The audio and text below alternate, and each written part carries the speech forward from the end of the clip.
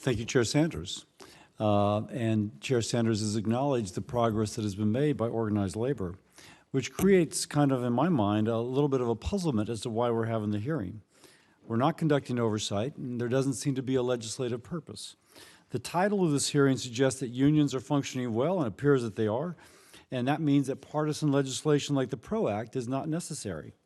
Unions have a good message, apparently, about their ability to negotiate contracts on behalf of their members. If that's true, then they don't need the PRO Act to eliminate secret ballot union elections, which could expose workers to retaliation and intimidation. Unions shouldn't need the PRO Act to open workers to forced or coerced unionization by banning right-to-work laws in states like Louisiana, my state, that protect workers' freedom to choose whether to join a union or not. And they should not need, unions should not need the PRO Act or the Biden administration to impose radical joint employer rules to make it easier to unionize the 8 million franchise workers while undermining the business model of the establishments which employ them. If unions can convince workers that it is in their best interest to join, then there shouldn't be changes to the independent contractor definition. This policy included in the PRO Act would take away the ability of 27 million workers to choose how to earn a living. Why? Well, effectively to make them susceptible to forced or coerced unionization.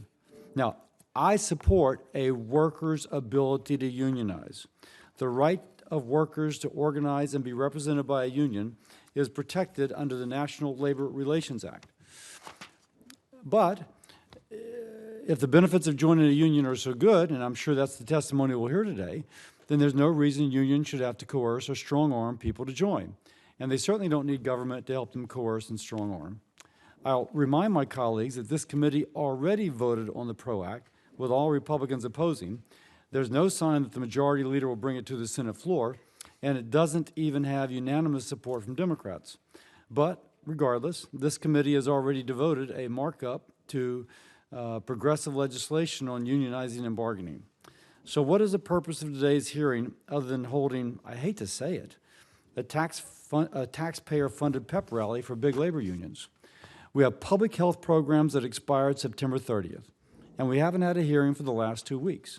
There are serious unmet responsibilities of this committee, but this issue takes precedent and is most deserving of our time.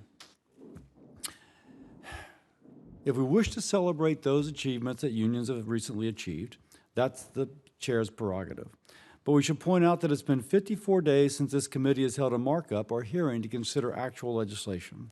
Hopefully we can get back on track and use the limited time we have this year to get the rest of our reauthorizations over the finish line.